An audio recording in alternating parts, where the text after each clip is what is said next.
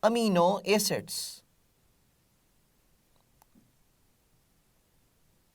So we will get only amino acids after the hydrolysis of the simple proteins, of the proteins. ठीक है, वो simple proteins होती हैं. Albumin, बेटा this is soluble protein. Albumin water में soluble है. Albumin water में soluble है. और ये कहाँ पे मौजूद होती है? White egg जो है हमारे पास, that is actually albumin. ठीक है, जो कि प्रोटीन है. It is soluble into the water. Globulin is insoluble in water.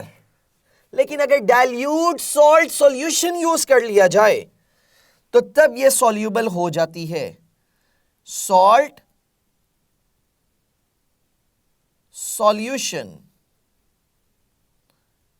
अगर यूज किया जाए, in that case globulin is soluble, dissolve हो जाता है. Collagen, it is insoluble. लेकिन जैसे ही हम pH डिक्रीज करें, इट मीन्स कि एसिडिक मीडियम प्रोवाइड करें. सो बेटा एसिडिक मीडियम में इट विल डिसॉल्व, ये सॉल्यूबल हो जाती है. सो pH आपको क्या करनी होगी? डिक्रीज करनी होगी. In that case it become soluble. Lignin, बेटा ये भी इनसॉल्यूबल है और अगेन ये भी एसिडिक मीडियम के अंदर सॉल्यूबल हो जाती है. ऑल्दो ये बेसिक मीडियम में भी सॉल्यूबल हो जाती है, लेकिन अगर जस्ट वाटर की सॉल्यूबिलिटी की बात की जाए, इट इज इनसॉल्यूबल. ठीक है, वाटर में they are insoluble, these three. So we can say कि most of the simple proteins are insoluble, लेकिन एल्बुमिन को याद रखना है, इट इज सॉल्यूबल. ठीक है, बाकी ग्लोबुलिन है, we have collagen, we have lignin, these are insoluble. लेकिन एसिडिक मीडियम में या अल्कलाइन मीडियम में भी ये डिसॉल्व हो जाती है. ठीक है, now we have compound proteins. इसके लिए एक बेटा पॉइंट याद रखना है. कंपाउंड प्रोटीन्स यानी कि एक से ज्यादा प्रोटीन्स किसी ना किसी चीज से मिल रही हैं. कंपाउंड है प्रोटीन्स. कंपाउंड यानी कि किसी से मिल रही है, कंबाइंड फॉर्म में है, कॉन्जुगेटेड प्रोटीन है. सो बेटा जब proteinous part non proteinous part को अपने साथ कंबाइन कर ले, so we will get conjugated protein. बेटा ये compound proteins are also known as conjugated proteins. तो यहां पे आपने ये पॉइंट याद रखना है, proteinaceous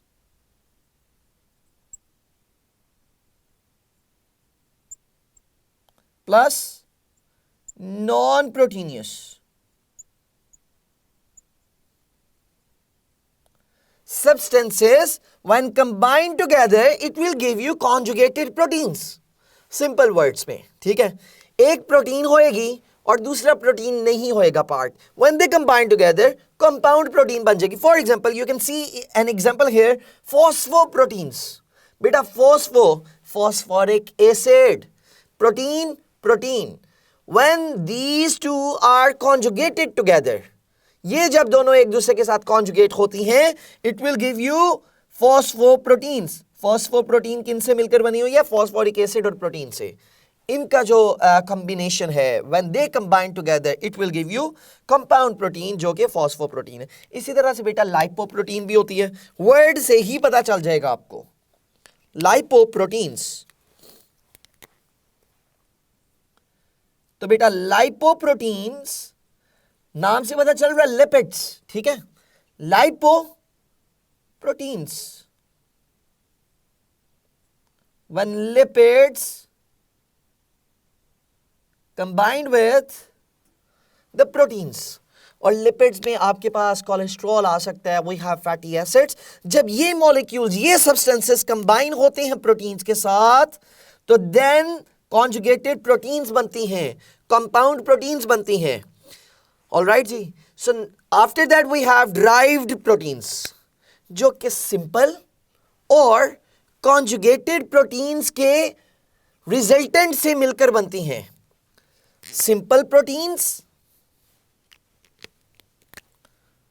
which are formed by the combination of simple proteins plus resultant of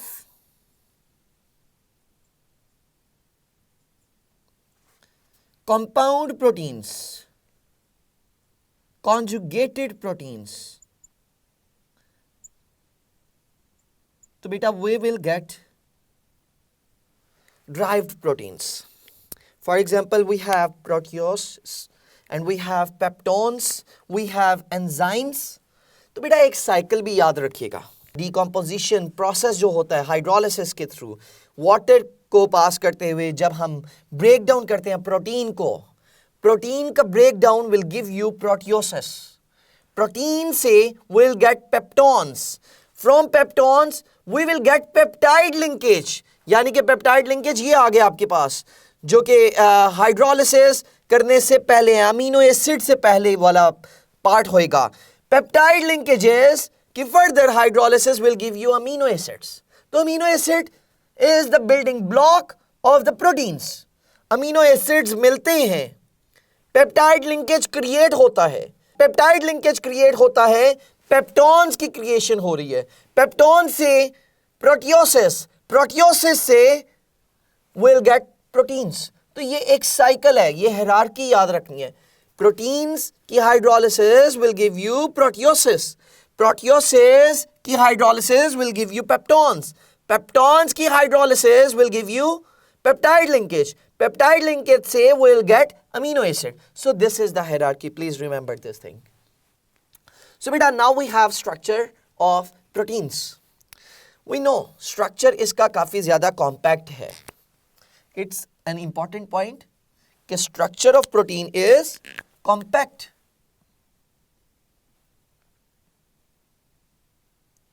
It is having polypeptides,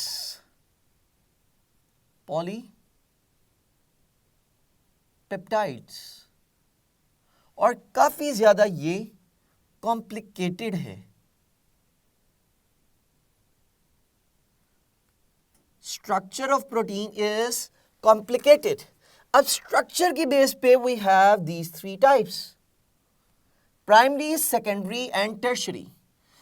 so primary proteins में सीक्वेंस होता है अमीनो एसिड का पेप्टाइड चेन के साथ और it is giving you a straight chain just like these beads कि ये तमाम आपके पास है amino acids and it is giving you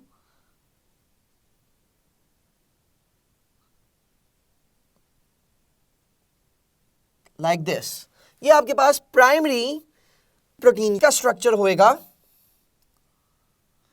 जिसमें जस्ट मॉलिक्यूल्स आपस में अटैच होते जा रहे हैं, अमीनो एसिड्स अटैच होते जा रहे हैं, वाटर एलिमिनेट होता जा रहा है, कंडेंस होता जा रहा है and you are getting a primary structure just like this.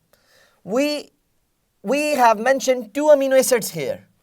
यहां पे अगर 10,000 से ज्यादा अमीनो एसिड्स आप मेंशन कर दें and only in the straight chain, ठीक है, और वो एक सीक्वेंस में साथ अटैच होते जा रहे हैं.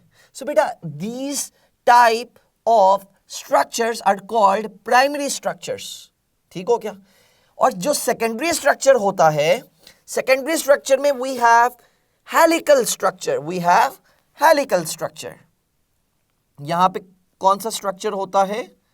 We have helical structure. Helical structure में वी हैव रेगुलर क्वाइलिंग. क्या हो रही है जी? रेगुलर क्वाइलिंग या जिगजैगिंग होती है पॉलीपेप्टाइड्स की and they are giving you helical structures जो कि हो रहा है due to the hydrogen bonding. This is happening due to the hydrogen bonding. Hydrogen bonding. बेटा हेलिकल स्ट्रक्चर में we have alpha helix and we have beta. Helical structure में we have alpha helix and we have beta helix. या ये आपके पास pleated sheet भी हो सकता है बीटा. बेटा जो अल्फा हेलिक्स होता है alpha helix, it is more stable, इसमें रिपल्शन कम होती है, it is more stable, alpha helix is more stable then beta helix. ठीक हो गया, यहां पे ये पॉइंट एक याद रख लें बस, और हाइड्रोजन बॉन्डिंग होती है, they will give you the regular coiling. Hydrogen bonding की वजह से ये आपस में एक हेलिकल स्ट्रक्चर बना रहे हैं। अब हाइड्रोजन बॉन्डिंग किन के दरमियान में है? देखो, एक आपके पास मॉलिक्यूल है and on the other side for example you have this COOH, तो बेटा this O and this H is having hydrogen bonding. This O and this H is having hydrogen bonding in the secondary proteins. Secondary proteins में hydrogen bonding create हो जाएगी क्योंकि इसके ऊपर भी molecules हैं, नीचे भी मॉलिक्यूल्स हैं, ठीक है, अमीनो एसिड्स हैं। सो बेटा हाइड्रोजन बॉन्डिंग की वजह से they will show helical structure. ठीक हो गया, हेलिकल स्ट्रक्चर हो जाएगा just like this, helical structures produce हो जाते हैं। And we have tertiary proteins जो कि 3 डायमेंशनल ट्विस्टिंग और फोल्डिंग होती है, जिसमें पॉलीपेप्टाइड्स के दरमियान में जो कि एक कॉम्प्लिकेटेड सा कॉम्प्लेक्स स्ट्रक्चर शो करवा देंगे, that will show you the complex one structure, complex structure आपको यहां से मिल जाएगा। नाउ रिमेंबर, यहां पे जो पेप्टाइड लिंकेज क्रिएट होता है, पेप्टाइड लिंकेज क्या है बेटा? C double bond O and we have N. This N is having one hydrogen, this is having further carbon, this is having further carbon, it has R group, it has hydrogen, it has R group, it has hydrogen and further CO आपके पास आ जाता है ना, and on this side it is opened and on this side we have nitrogen and it is opened in this way. तो बेटा ये जो आपके पास है, it is having one hydrogen, so this bond, this one is called as peptide linkage, this is called peptide bond. बेटा ये जो C डबल बॉन्ड O है, we will observe the resonance here, और रेजोनेंस जब भी आ जाती है just like the structure of benzene, जब रेजोनेंस आ जाती है स्टेबिलिटी आ जाती है मॉलिक्यूल में। सो बेटा दिस CO और N के दरमियान में we will observe resonance here, this and this bond will shift here and it will move back, और इस तरह से यहां पे एक रेजोनेंस क्रिएट होता है। This resonance will give the stability to this peptide linkage. Resonance की वजह से स्टेबिलिटी आ जाती है। जितने रेजोनेंस ज्यादा होते हैं स्ट्रक्चर, उतनी ही स्टेबिलिटी भी ज्यादा होती है। सो बेटा now what are the functions of these proteins? हमारी लाइफ में डिफरेंट एस्पेक्ट्स में प्रोटीन्स पार्टिसिपेट कर रही होती हैं। प्रोटोप्लाज्म है जिस तरह से, that is the essential part of the living organisms, it contains proteins. बेटा प्रोटोप्लाज्म में 9% प्रोटीन्स है, मैक्सिमम वाटर है, ठीक है, maximum part of the protoplasm is made up of water. तो अगर इसमें वाटर मैक्सिमम है और बाकी जो सेकंड नंबर पे इसकी परसेंटेज आती है, बेटा we have proteins, approximately 8 to 9% proteins पाई जाती हैं प्रोटोप्लाज्म में, और 85, 87, 86% के आसपास वाटर मौजूद है प्रोटोप्लाज्म में, ठीक है, यानी कि मैक्सिमम कंटेंट हमारे पास पानी का है प्रोटोप्लाज्म में। सो प्रोटीन सेकंड नंबर पे है आपके पास, तो यानी कि प्रोटीन्स प्रोटोप्लाज्म के लिए एसेंशियल है। अगर प्रोटोप्लाज्म नहीं होएगा तो लाइफ की एग्जिस्टेंस नहीं हो सकती। It means proteins are essential for the living organisms. Now we have nucleoplasm, जिसमें यूज होती है बेटा न्यूक्लियो प्रोटीन्स। जिसमें क्या यूज होती है? Nucleo proteins.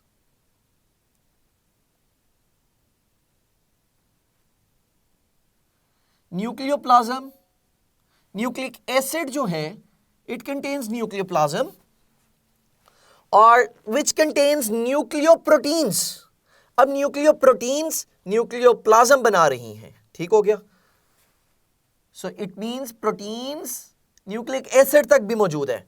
Nucleic acid is a part of the DNA and RNA. DNA और आरएनए जो कि आपके पास एक पार्ट है लिविंग ऑर्गेनिज्म का, एसेंशियल पार्ट है DNA, D oxy ribonucleic acid, ribonucleic acid. सो उनमें भी मौजूद है न्यूक्लिक एसिड। न्यूक्लियोप्लाज्म यानी कि डिपेंड कर रहा है न्यूक्लियोप्रोटीन्स पे भी, तो प्रोटीन्स न्यूक्लियोप्लाज्म के लिए इंपॉर्टेंट होगी। Now we have specialized functions. Specialized function for example आपके पास है जी insulin, that is another protein, insulin which regulates the blood sugar. We have hemoglobin. We have hemoglobin. Hemoglobin that is used as a carrier of oxygen in the blood. Blood का part जो कि oxygen को move करवाता है हमारी body में, oxygen carrier है। So बेटा इसका ये फंक्शन हो गया।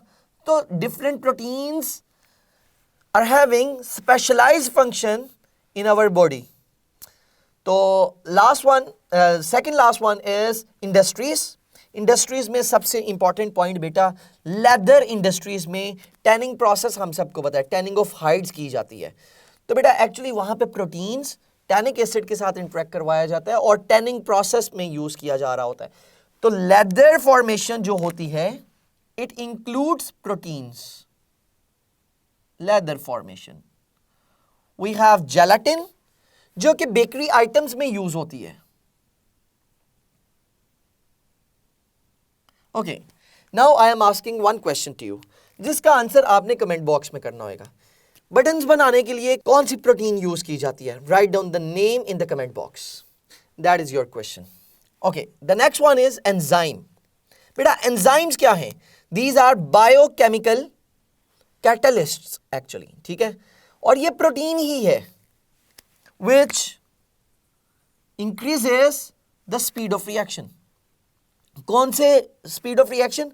बायोकेमिकल प्रोसेसेस, ठीक हो गया। Enzymes are proteins, enzymes are proteins. और किससे वास्ता है जी? बायोकेमिकल रिएक्शंस के साथ। There are so many chemical reactions which are taking place in our body जो कि एंजाइम्स की वजह से हो रहे हैं।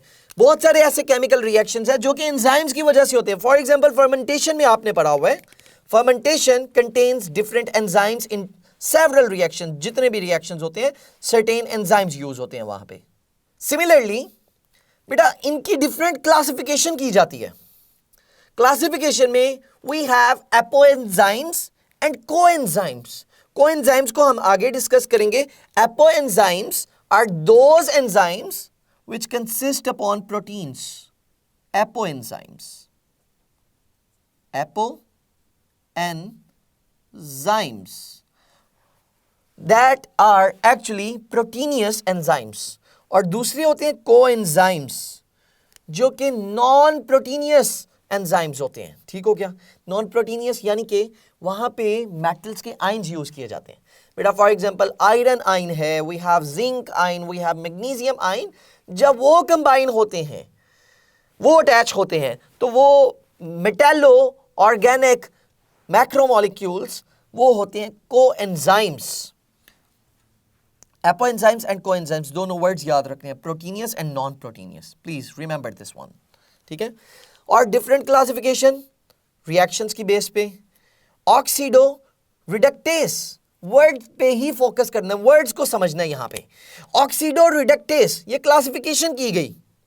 बेटा क्लासिफिकेशन से ही पता चल रहा है this is use in the oxidation reaction and reduction reaction, ठीक हो गया।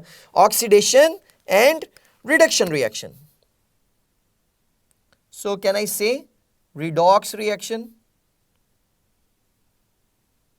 For example, oxidase.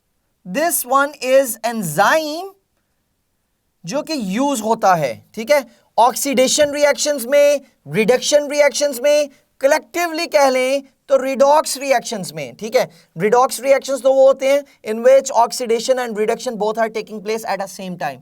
लेकिन रिमेंबर दिस कि यहां पे अलग अलग रिएक्शन की हम बात कर रहे हैं, ठीक है। Oxidation and reduction reactions separately जो होते हैं ऑक्सीडो रिडक्टेस, उनमें जो स्पेसिफिक एंजाइम्स यूज होते हैं उनकी हम बात कर रहे हैं यहां पे, ठीक है। ऑक्सीडेशन में वी आर यूजिंग ऑक्सीडेज, ठीक है।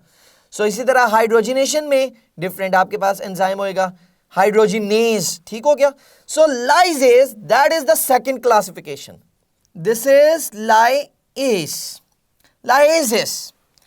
सो बेटा this is used, this classification is used when we have to add addition of NH3 ammonia या water या कार्बन डाइऑक्साइड की जाए, ठीक है, टू द डबल बॉन्ड, या इनको रिमूव किया जाए डबल बॉन्ड बनाने के लिए। सो बेटा दैट क्लासिफिकेशन, उस तरह के तमाम enzymes they are called as lyase. For example हमारे पास यहां पे एक एग्जाम्पल है जी, फॉस्फोग्लिसरोम्यूटेसिस। बेटा ये जो आपके पास एंजाइम है that is used in this process hydrolase, नाम से ही पता चल रहा है हाइड्रोलिसिस वाले रिएक्शंस में, ठीक है, which actually कैटलाइजेस those reactions in which hydrolysis is happening, ठीक है। तो इसका ताल्लुक किसके साथ होएगा? हाइड्रोलिसिस वाले तमाम रिएक्शंस के साथ, ठीक हो गया। और एग्जाम्पल के लिए बेटा जिस तरह यहां पे लिखा हुआ ना proteoses, so for this we are using enzyme प्रोटिएस।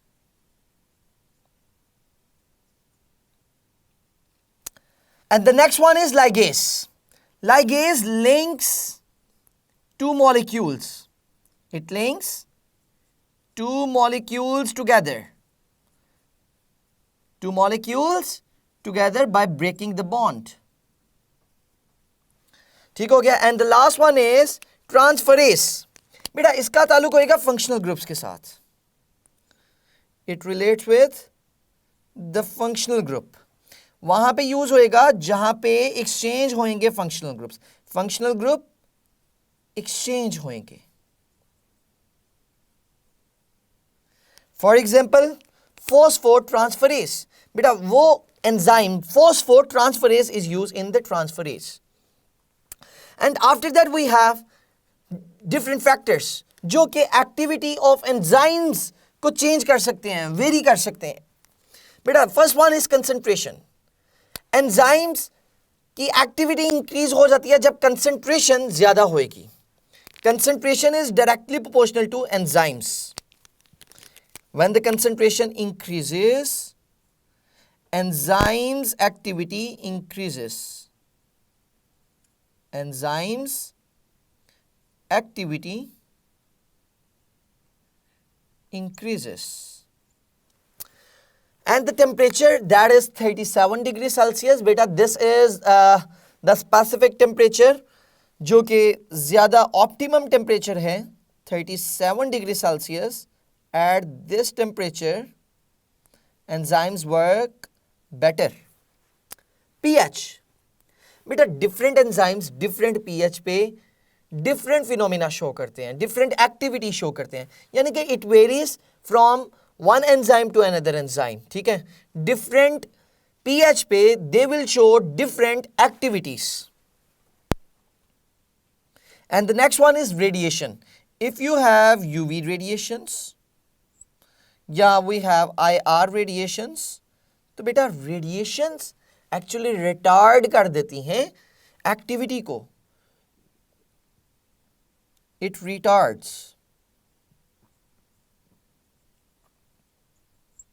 retards the activity of enzymes.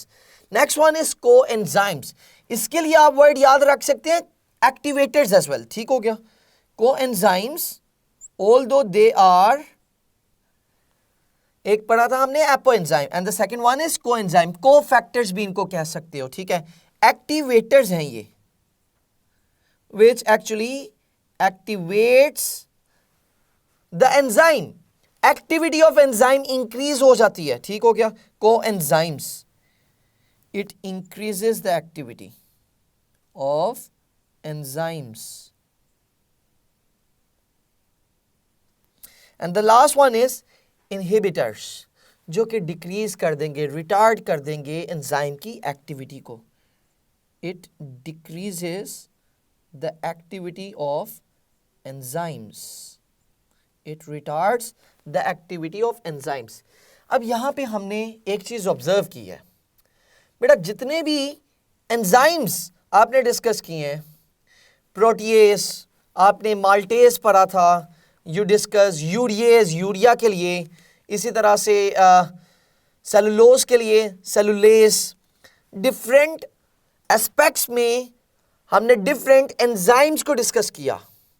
ज्यादातर एंजाइम्स का सफिक्स एज है, ज्यादातर एंजाइम्स का सफिक्स एज यूज हुआ है एंजाइम्स के लिए. सो बेटा, with this we completed this video.